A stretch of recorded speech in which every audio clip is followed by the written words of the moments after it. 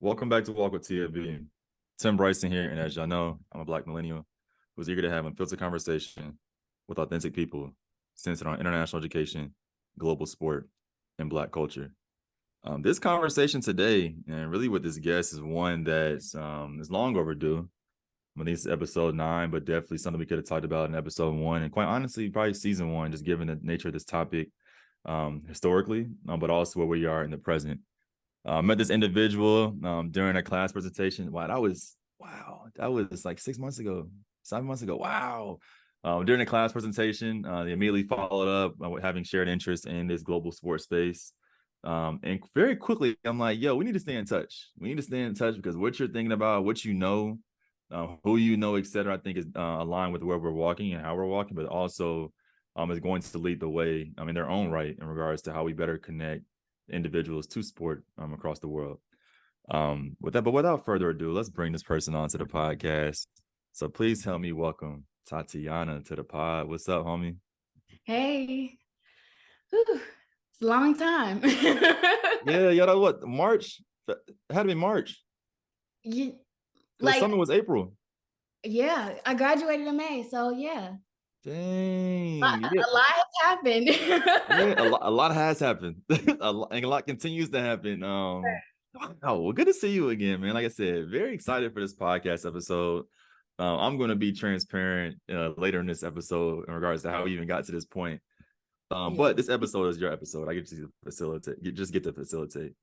So segment 1, all about storytelling. So Tatyana, man, talk to us. What's your story? Well, I guess I'll start off just like everybody else. I grew up being an athlete, played soccer, ran track, and of course, there's very limited space for women in these area. And as I got older, I started to realized that I wanted to be a part of the change that we are now seeing in sport. It's happening so fast. And I think it's really cool because where I'm at right now and all the opportunities I had really helped me get into things like behind the scenes. Just graduated, literally got my degree in the mail like 2 weeks ago. um, Congrats. Thank you. So, I honestly, to best define myself, I'm just a person that's always trying to seek knowledge. I'm always asking questions. I'm always trying to figure out what new niche I can add. There's this new thing that everybody likes to call pivoting, and I, at my workplace, am deemed the pivoting queen because I think with everything that's going on, you can't just stick in one lane. Also, that's just part of my personality. I've always been like really into books and stuff like that. um yeah, I mean, I'm just a girl in a sports world that's trying to find her place, and it's been going really good. I can't complain. So you're not gonna get off without talking about some of your interests before I pull oh, some other stuff out. And so I want you to talk more about esports and just gaming in general. Because oh you're so very active in the gaming space, which is very yeah, dope. so what happened was I got into my program at Georgia State. I was part of the first cohort where they offered esport classes as part of it's a dual degree, not a dual degree, it's a interdisciplinary studies bachelor's that I have. So I got to choose hospitality, and then esports was an option. So um, in this esports space in Atlanta, Skillshot is in the center. Todd and Nabil are literally like esports gods in Atlanta. They're very active. I'm pretty sure if you're in the IOC space, Olympic committees are just like Brawlhalla and all these other amazing things that they do. You've seen them before. Mm-hmm. So they hold classes at their production studio, and we learned all about esports ins and outs. We got to go on, like literally go on, and I got to be a host and a commentator. I got to make a video game. I got to code. I got to make my own event. I got really connected with one of my professors, and he kind of just was like, hey, we have something coming up. I would love for you to be able to, show up. It was the CECC Sports Cup. I think that's what it's called, but I know it's CECC that holds it. They had it not too far at the Georgia International Convention Center, or where the Atlanta Dream play here in Atlanta. And that was my first time. Again, it was new. So we were around a whole bunch of esports professionals who were at the time trying to drive esports education. So me and another one of my classmates were just, and there were other people, but we got to work like directly with the talent and all of that. So we had time to have conversations with people about how the information that Todd and everyone else taught us actually like crossed over into actually holding an event and things like that. So literally I just had a conversation with a bunch of people. Luckily I had another professor, shout out to Professor Hughes, who showed up and kind of was like, hey, I know this girl, she's absolutely amazing, she's driven, talk to her. And of course, I'm running around, I gotta find people, I'm doing this, I'm doing that, and I'm talking to these people and I'm like, look, I'd love to talk to you, but I kind of have to do this first. So like, I'll follow you on LinkedIn and I'll follow up. And like anybody else, when it comes to that LinkedIn Come on message, now. I'm sending Come it. on. Come on. So I met all of these amazing people, and just had a conversation. And after a while, I got to do a lot of cool things. I was introduced to the Saudi Esports Federation through another connection that I had with the hospitality club that I was on the board for at Georgia State. And me and him were just going back and forth. And he was like, hey, have you ever thought about doing X, Y, and Z? And I was like, yeah, I mean, I didn't even know like it was a thing, but sure. So me and him talked about it. We had a few conversations, and again, like I don't know. I guess my inquisitive nature just gets me in a lot of good places at the right time, but it was great. We still keep in contact. Depending on where my life goes after these next few months with my internship that I'm in now, fingers crossed, maybe I'll be heading off to Saudi Arabia or wherever else, because esports is everywhere. And it's just so cool to see globalization and internationalization in one space. Like it's this one space. And when I worked for another event for them, Brawlhalla, they had players from Brazil, they had players from Germany, France, all these other places. And these people who essentially don't speak each other's languages paired up, never met each other outside of playing videos games together, and were like winning against people who same language, same, hometown, same school. And it's just so cool to see how culture and just societal norms just generationally can really tie people together in less than 5 minutes. So I think that's kind of part of the reason why I connected with you so quickly, because we're talking about something that I got to see like in front of me. I get to see it all the time. And it's just so cool because, again, you think these people are like worlds apart, would never have anything in common because certain structures and backgrounds. And then you get them in the same space and you realize, like, at the end of the day, we're all just humans and we all just want to have fun. Yo, literally, I remember when I think either your professor hit me and was like, Tatyana, want to connect after, or you hit me directly on LinkedIn, one of the two. We got on that first meeting. I'm like, yo, this MF is like really thinking about like what's going on right now? Because to your point, most people don't know. They don't know. Well, they definitely don't know what globalization is, though they might be able to pronounce it, and they can't even pronounce internationalization. It took me months too.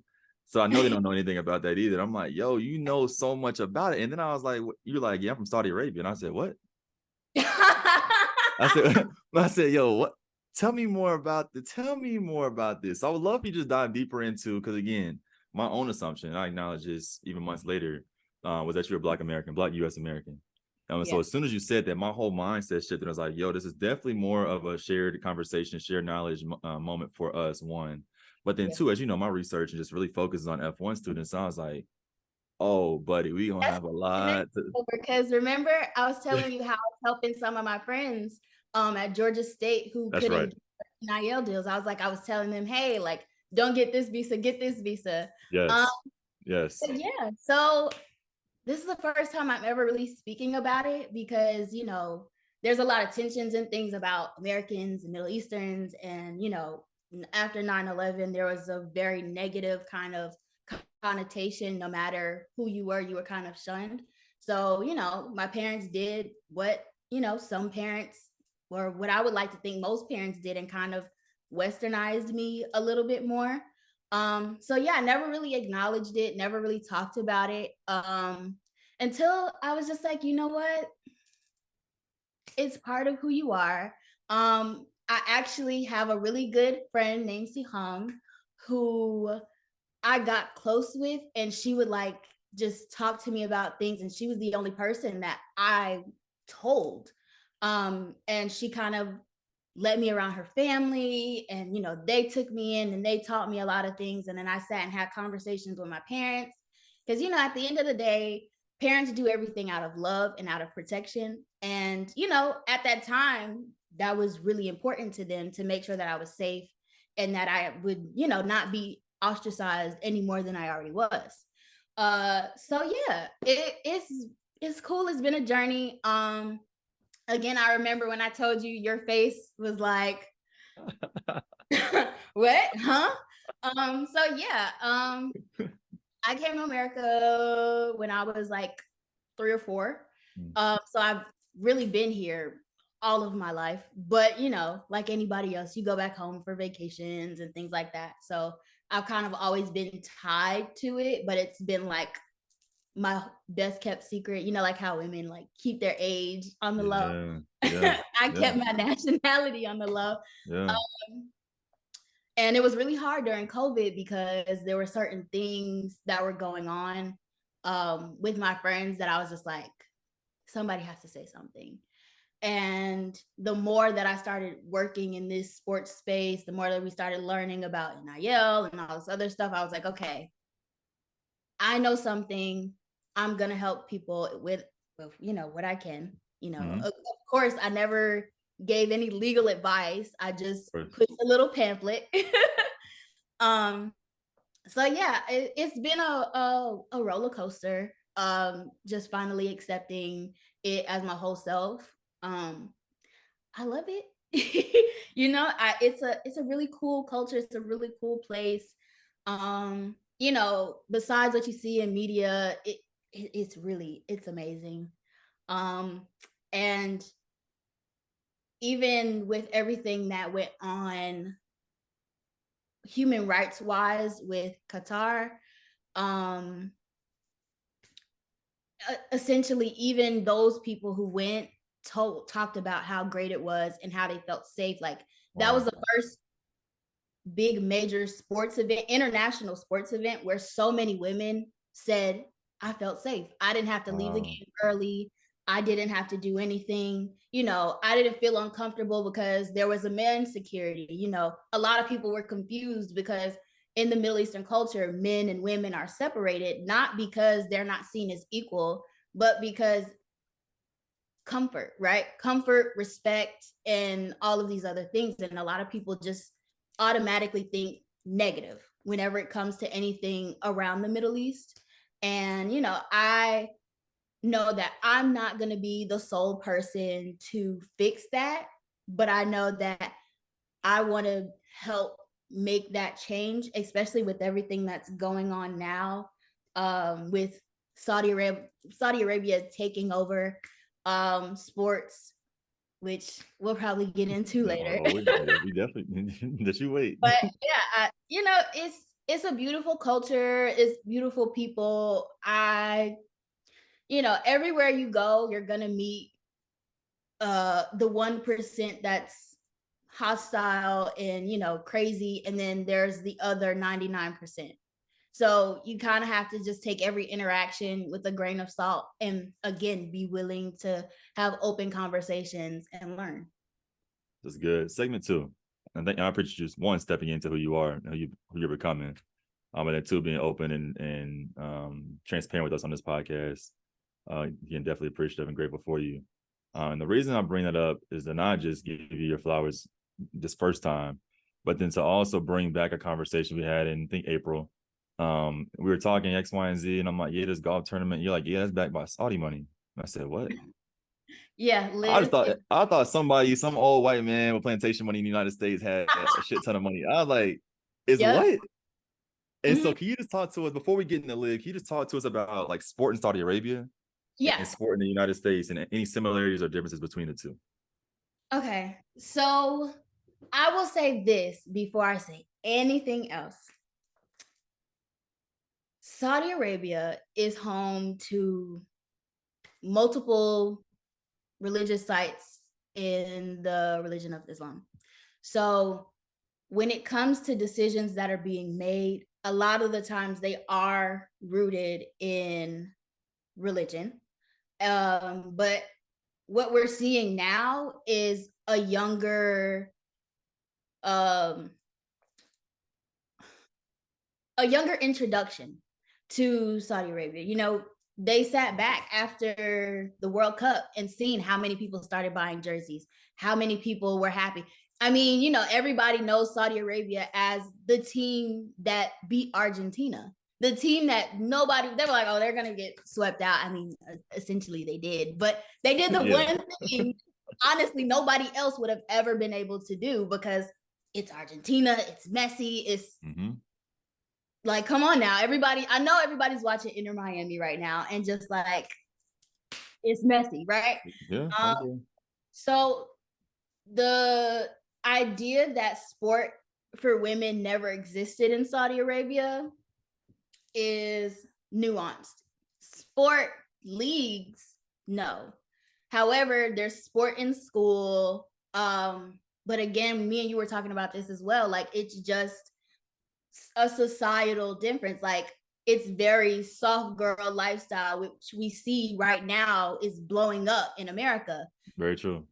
Yep. You know, I don't want to speak for everybody in Saudi Arabia, but literally I think it's just the way that society kind of is. You know, it's not ever anything like, no, we don't want the chance to play sports. I mean, you can play sports in school, but if nobody is talking about or making that stance or argument like, hey, why don't we have something outside of this, how are you supposed to know?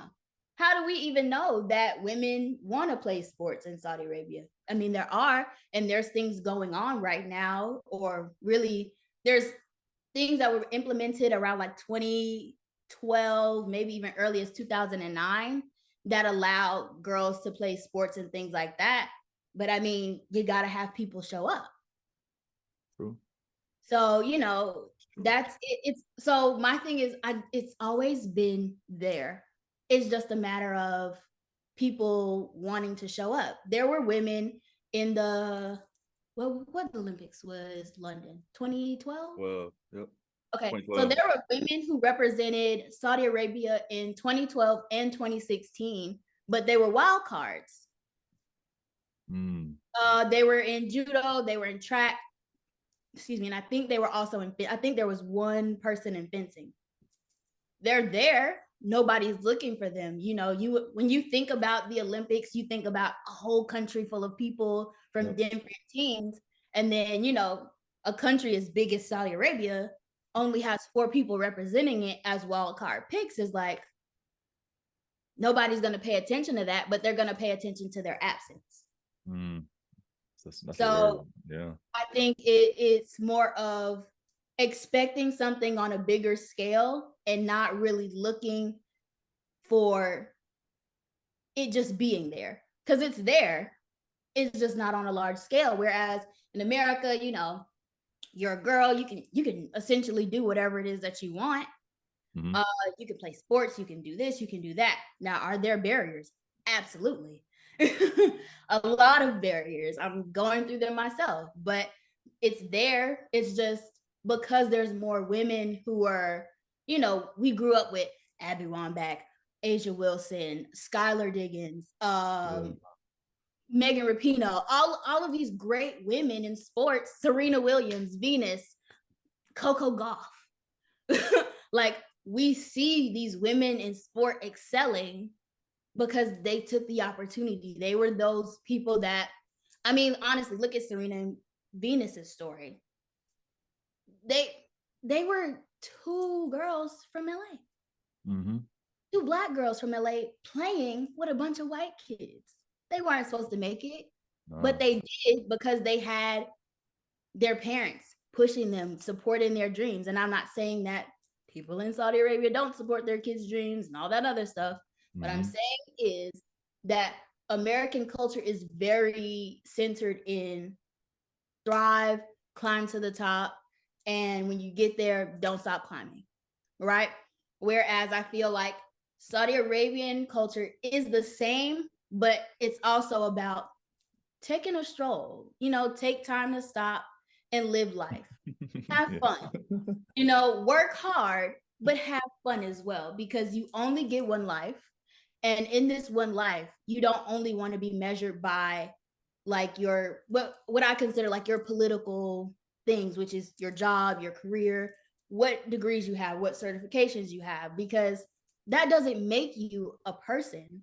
That just is a part of who you are. It's a way for you to show this type of dominance to the world, but it doesn't really show who you are. And I think that's another like big difference between sport and business in both countries is America, you are what certifications you are, what job, title you have, versus in Saudi Arabia, you're just a person. You might be funny, you might be great. Okay, you happen to be, a CEO or executive, CMO, CTO, right? But you're still at the end of the day a person, and they carry themselves like we're just people. You don't have to, of course, there's this underlying like just line of total respect. You don't have to prove to me that you deserve this space. Again, it's very religious. So it's God brought you here. Who am I to question you when this is your divine purpose? This is what you're supposed to be doing. I don't know, but I'm not going to step in it, because then that's me not only blocking you, but blocking myself.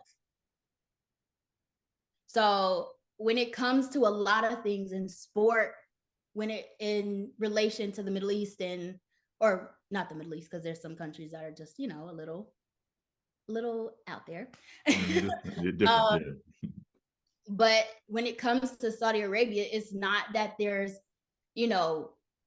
this place that's just desert. There's cities, there's people, like I was telling you before, like Saudi Arabia or just the GCC in total is expat royalty. Like that's everybody wants to live in Dubai, Bahrain, Qatar, Kuwait, Oman, these great places where you hear about, oh, they don't have these taxes, they don't have this. You look at the Real Housewives of Dubai, they're all essentially Black women or people from London, France, Germany, or whatever, who just came here.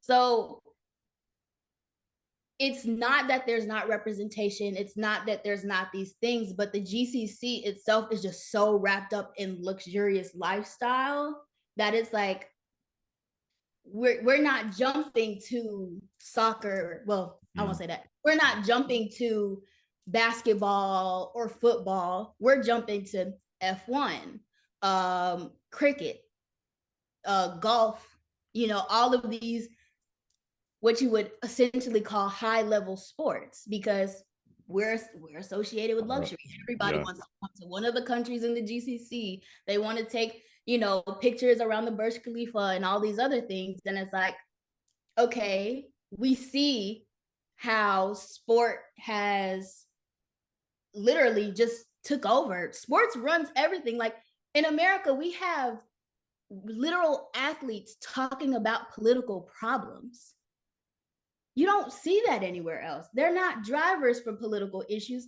They're just athletes, and they're treated as such. In America, you get a whole bunch of titles and a whole bunch of jobs that essentially you're not getting paid for. So again, that's another kind of thing where you're an athlete, you're just an athlete. You can be more than an athlete, of course, but that's your role. You live in that role, and you kind of just, that's your ministry. You stick to it. um, so yeah, I think there's a lot of differences, a lot of, middle spaces and things like that. But it's one of those things where you have to go and dig in and see it for yourself, because I could sit here and talk about it all day. But it's not what you think it is. I think with, again, the way that the Middle East has been painted for so many years, people just automatically think whenever something is in conjunction with any Middle Eastern country, it's negative, or it's like some kind of villainous plan, when honestly it's just everybody wants a piece of the pie. And what drives the world? Money. So if I have it, why am I not going to invest it into the places that I need to? Yo, you about to go on a speaking tour after I drop this game because the things I just learned in the last 10 minutes of you talking, the first of which you said GCC, I had to look at Google real quick. So the Gulf Cooperation Council. Yes. Like, you just briefly share more about what that is for those others like Okay. myself who may not know So what that is. the GCC is a region where basically it's 7 countries. I know at least 5 of the 7. So please, okay.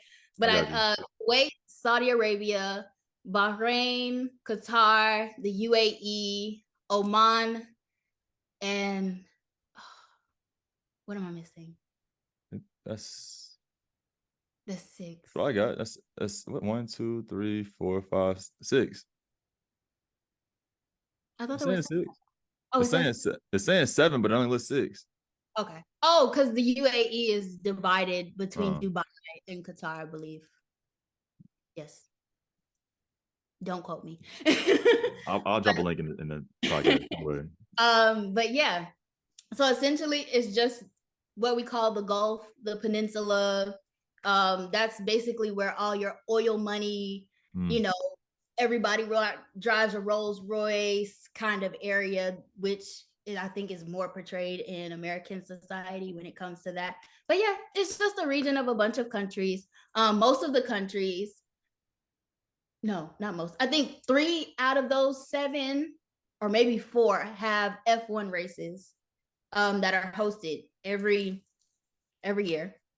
So So okay, this is hold on real quick. Hold on. Because the part you mentioned about the luxurious lifestyle, obviously wanting to be connected to other luxurious sports, which makes total sense, right? But then you're also talking about sport in the United States, which I always talk about as more for entertainment, commercialization. Sport elsewhere could be for different reasons, right? In your case, you mentioned being more human centered. Cool. But regardless of how Qatar received the World Cup happened in Qatar. LIV then popped off. Vegas talking about they hosting the F1 race.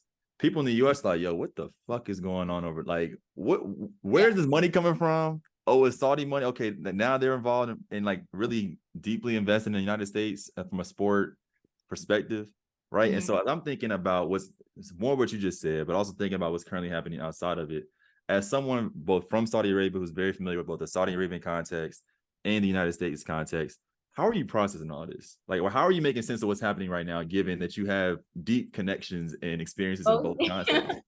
I'll say this from from the American perspective, and knowing about the Saudi Arabian culture, the first thing that pops into my mind is that Kanye West line, wait till I get my money right, and then you can't tell me nothing, right? It's good. That's really it. Like, the money's always been there, but as we all know, older generations have certain traumas and things from world events that kind of shut off access, and younger generations where we had pop culture, especially in the early 2000s, that unified everybody. Songs that were popular in America were being translated into Arabic. We had American artists going to sing it, like Beyonce literally did the Middle Eastern riff in her song. And everybody lost their mind, and everybody was like, oh my gosh, with the new tour, everybody's like, she's gonna do it. She's gonna do the Dubai version. And globalization right there, just from Wow. a simple riff in a song. Wow. Right. So there's impact. And I that's what I try to remember, or what I try to tell people. It's like the money was always there, Yep. but it just wasn't, we didn't have somebody, or I don't say we didn't have anybody, but we're in a different generation where people are understanding the importance of sport, the importance of globalization, the importance of internationalization in order to be a part of these, big name countries. Like, we have the money. So why can't we have a seat at the table? We see how America and France and all these other countries are benefiting from heavily investing in sport. So, okay, we sat back, we took our notes, we realized we got to come to the table with big money. Don't ask for too much, but give just enough, right? And of course, we're not in the rooms. We don't know what the conversations are like. But again, like I said earlier, when any Middle Eastern country does anything and there's money backed behind it, there's a bunch of skepticisms and think pieces about it, or how, they're trying to take over. And it's like, no, we didn't say like, we're going to give you this money and we need you to make sure that we're in this space. Mm-hmm. We just want to have a seat at the table. We want to be in consideration of, having a team or having the NBA come out, because again, all the NBA players and their wives, they want to come to the GCC for vacation. Yeah. Okay, so then why not? Let's make something happen, right? Go ahead. No, go ahead. Go ahead. First, I think what I will call Americanized sport that came to Saudi Arabia was WWE. I want to say maybe 2009. Wow. Again, don't quote me. I was a small child. No, you good. So yeah, WWE came, and people were so hyped because they've been waiting on it. We get access to the TV shows. We know who John Cena is and all of this, but we've never had a WWE match there. They come, the stadium's packed out. It's so great that now, or at the time, I think they were in talks about, hey, let's add this to the schedule. Let's make a special event here. Let's, every couple of years try to come back, because even I think John Cena had said that it was just an amazing experience because he didn't know that there were people here that watched wrestling, because again, those stereotypes that are pushed, you're like, oh, they're not allowed to do anything. They can't do this. And then turn around, you got a whole stadium full of people with signs saying, oh my gosh, finally, I'm happy that you're here. I've waited X amount of years. So again, the opportunity to invest, to connect has always been there, but I don't think, again, the Middle Eastern countries know how the world perceives them. So they know they have to come at a certain pace, but they also know that sometimes you can't make the first move. You have to let somebody else do it. And I think after a while, it's just like, okay, look, we got to do something. We got to show interest, and in order to show interest, we just got to put the money on the table. It's just, like I said, it's the more you talk about it, the more it begins to make, at least in my head, the more it makes sense. Because like you mentioned, right, a lot of historical events over the last 20 years, 20 plus years, in which politics, both global politics, world politics, have been used to divide people, right? Countries, people within countries, etc. But sport, and as we're seeing, and money, but definitely sport, is a unifying factor. And we've seen that through a number of different examples, that from, youth sport through pro sports. But as you're talking, I'm like, I was scrolling on Twitter. I'm calling it Twitter. I was scrolling on Twitter earlier, and I'm like, is that the Dallas Mavericks playing Xbox in Abu Dhabi?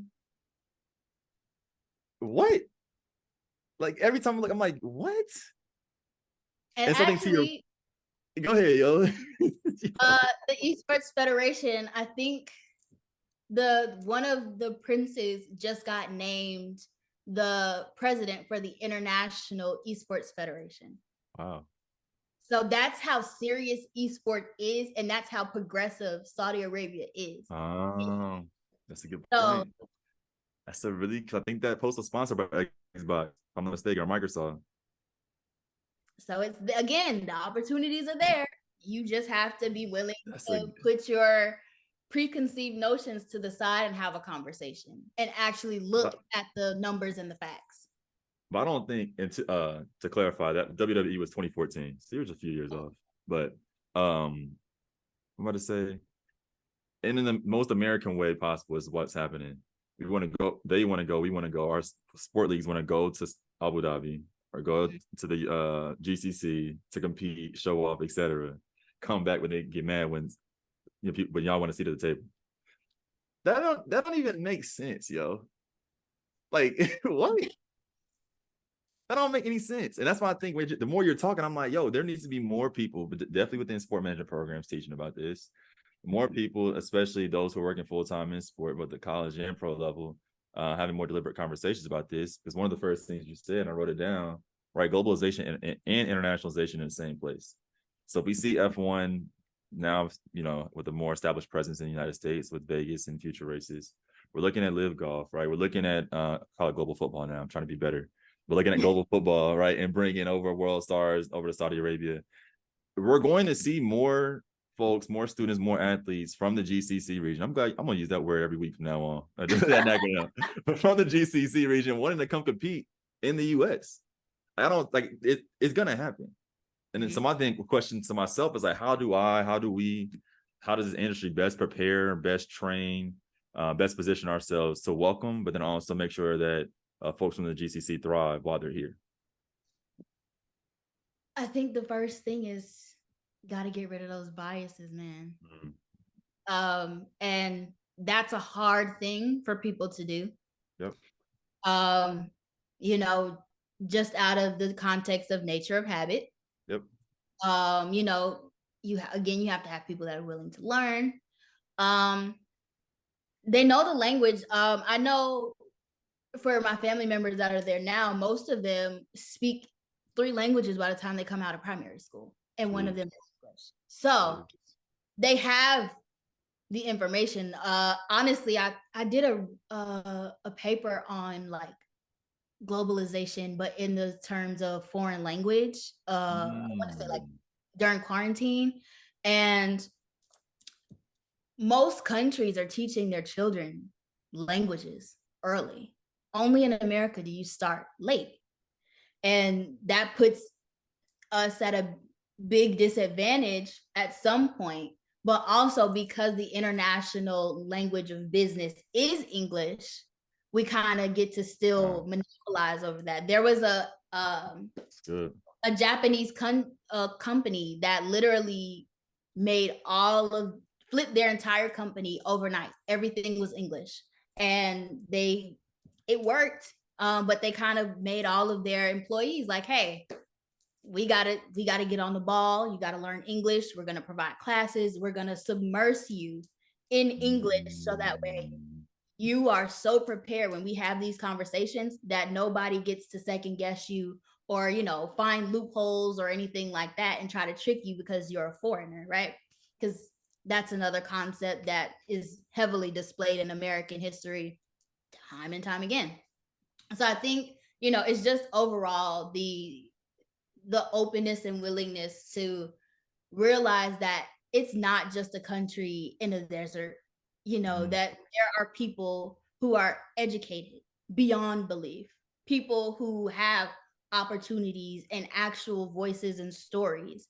It's about people who it's just about people. And if we let go of everything else and just treat people like people, we would see and benefit so much more in the sport industry in itself, because you can't have sport without having the world.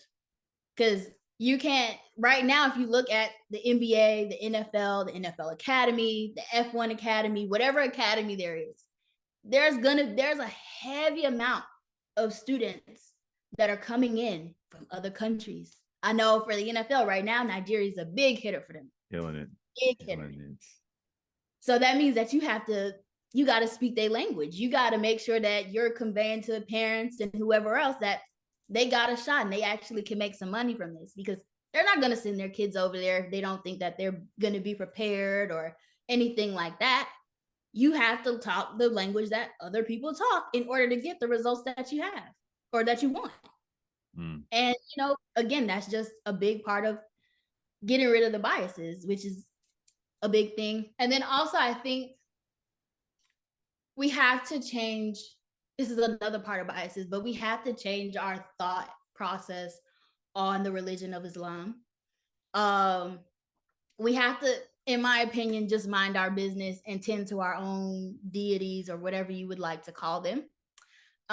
Because at the end of the day, I think Mo Salah said it best, that he has a Middle Eastern representative because they can negotiate things for him based off of his principles and his lifestyle, because he's Egyptian, and there are certain cultural things that may not be available in in Europe that are available in Egypt. There are certain things where France, for example, is very, very heavy in their distaste for Middle Eastern culture. So again, you got to make sure that you have representation that knows that and isn't going to put you in a position where you're going to be an outcast when you kind of already are as the implant. So again, I think this is the biggest thing here is getting rid of the biases. And once we get rid of the biases, everything else kind of like just molds together. You got me thinking a lot, yo.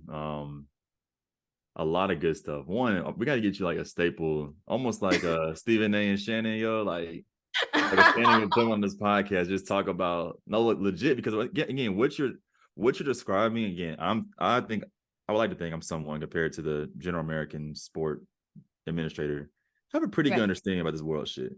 And I'm over here like, whoa, because like I mentioned before, a lot of this information that's shared about Saudi Arabia is definitely more clickbait rooted when talking from an American company perspective. It's not detailing what has actually happened, nor can provide context, both current and societal, religious, and really historical context, and really how we got to where we are today. Because you were talking about the different examples of the sport leagues, to which we already know. I just found out, I think last week, the NFL Football Academy, you know about this, in London? I didn't hear anything about London. So the NBA Academy is, of course, in Senegal, and they're primarily focused on African basketball players. There's an NFL UK Academy in London, hosted at Loughborough University, but they're pulling athletes around the world to come train at London in an academy setting similar to the NBA. So what I'm thinking now, with like both through like the Abu Dhabi games with the Hawks and Bucks that played a couple years ago, the Mavs are over there now, of course. Do we see an academy over in the GCC? Is that out of the realm of possibility? It's in the realm of possibility, but I think it would be more so the basketball teams that have esports. That's probably going to be the quickest, because they've just established themselves so heavily as like esports, and not even enthusiasts, but like esports. I don't want to say gods, but like esport gods. Yeah. So that's probably going to be the first thing, and then it'll trickle down to maybe basketball and things like that, because there are basketball leagues in the Middle East. It's just it's not F1. It's not golf. It's not again synonymous with that luxurious lifestyle. It's there, but you wouldn't know unless you're there. So I think it's just, again, one of those things where that exposure comes in and it's like, oh, okay, we see that we need this, or that there's this want for it. Let's see how bad they want it. Let's try to see what we can do, and take the numbers and figure out, is this something that we want to do every couple of years, or is this something that's gonna give us enough money and everything else to really implant and see it grow? It's good. Let me ask you this before we jump to segment 3. Like, you're gonna have a standing spot on this. I'm not messing with you. Like, my brain is over here turning. But before we go to segment 3, a question I always like to ask folks who are especially living in non-US countries, but again, you have the context and understanding to be able to answer this as well, is that given how sport is globalizing, right? More focus of a commercialization, many different countries really taking on this westernized approach to sport. How does sport globalize, or how does Saudi Arabia continue to invest in American sport while also protecting culture, norm, religion, values, etc.? That's not erase the identity of Saudi Arabia.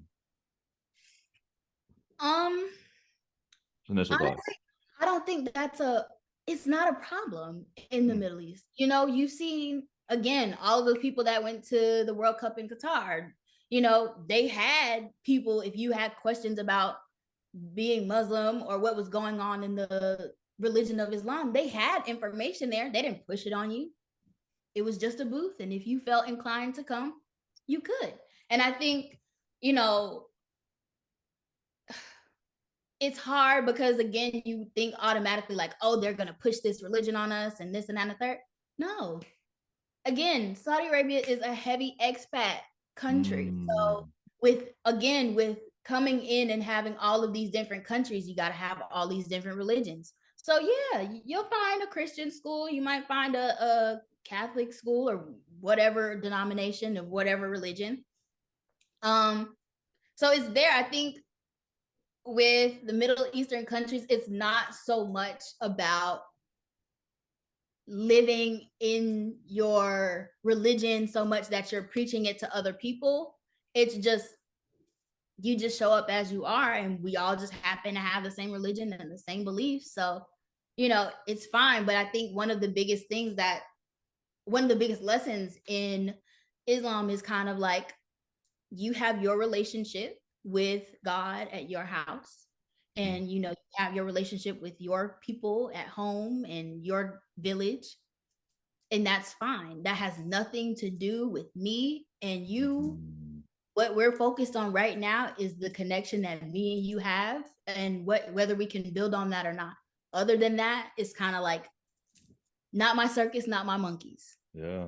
And I love that approach because it just takes a lot of the pressure off. But it also, again, like in this big grand scheme of things with athletes right now, it just kind of proves the point of sport needing to humanize athletes. And you have this place where you're just a regular person, right? You have a great job, you have all of these things, and that's it. So heard you. That's it. Heard you. Legit. Segment 3, yo. So again, we talked about a lot in this episode. We'll continue to speak more about this and share more about this on social as well. But in this moment, Tatyana, how can I and how can our podcast community best support you, your work, and your purpose journey? I think at this point, I'm at a standstill right now in my career, just because, you know, I'm literally just 6 months out. But I would love to have conversations. I would love to talk to people again. I'm that girl that's seeking knowledge. And even you said it when we were, I think you talked to Dr. Jimfy about it, and it was like, yo, this girl got like crazy good questions. Like she didn't come prepared. Like, you know, literally that conversation or that presentation was literally just me and you going back and forth. I mean, there's other people in class, but they listen. Yeah, they listen. So, you know, I'm willing and I'm open to having conversations with people about, you know, my experience and my thought process. I would love to talk to other people about it. You know, honestly, I don't think there's anything else more that you and your group of people can do for me, because you've done so much, especially when you had that panel on globalization and internationalization. Everybody from the player development to you know, internationalization and Jeter Global, like all of that, I got to have opportunities. I got to get my resume in front of people. So you know, again, I'm just down for conversation. I mean, you know, if you got a little job or something, you know. Go ahead, plug. What you looking at? What jobs you looking at? Go ahead, plug. Right now, I am looking for jobs in compliance and legal. You know, that's kind of my big thing. I love trying to, you know, make sure that people are in line. But also I want to eventually get to the point where I can get into those rooms and help make those changes that I want to see. You know, it might take a little while, we know, but I want to be a part of those conversations because I think, again, with every person, there's so many nuances and so many thought process that maybe somebody else may not have that I could bring to the table. Again, you know, specifically about my capstone project that, you know, me and you were talking about. Mm-hmm. You know, it's almost done. I'm ready for I it. have been working on it, but you know, just to have an opportunity to talk more about what I love, where I see sport going in the next, you know, couple of years, talk to people who have, you know, PhDs and masters and all of those things, because there's a level of understanding that I don't quite have, or maybe I do and I just don't know it yet, about sport that maybe somebody else could, you know, direct me on. So it's all rooted in good old conversation. I got you. But go ahead and get your presentation ready for the summit in 24, yo. We're gonna have you present. We're gonna have you lead a session because I'm dead ass, yo. For real, for real. But Tatyana, man, good to see you. Good to talk to you. Same. I just, you know, this is my unofficial mentor. He don't know it, but honestly, like following you on Instagram and LinkedIn, like when you said these next 90 days is gonna be something crazy, I was like, you know what? I'm gonna make my next 90 days crazy. Hey, come on. Let me get up. Let me do something. Let me start talking about something real quick. We need it. Honestly, even this opportunity, like I'll be completely candid. I had a full-blown meltdown about whether I still wanted to be in sport, what I was doing, whether I was being true to myself and, you know, what I believe in. And literally like 10 minutes into this meltdown, you like, hey, we got to get you on the pod. And I'm like, all right, God, I hear you. Fine, I'll stop crying now. So yeah, you know, That's love. I really want to thank you for the opportunity, the conversations, because I feel like they've taken me from here to like here. And I know like there's more and I can't wait. Bro, you're gonna be around, bro. I mean, you know this. You follow me on social. My favorite artist is Drake. Yeah. One of my favorite songs, Dreams Money Come By. This man, I never forget. He said, I want Saudi money, I want art money. And now I get it. now I see it. Nah, but good to see you. Like I said, we'll have you present. I'm not playing. Presented the summit in 24. We're gonna find you a job in compliance or legal.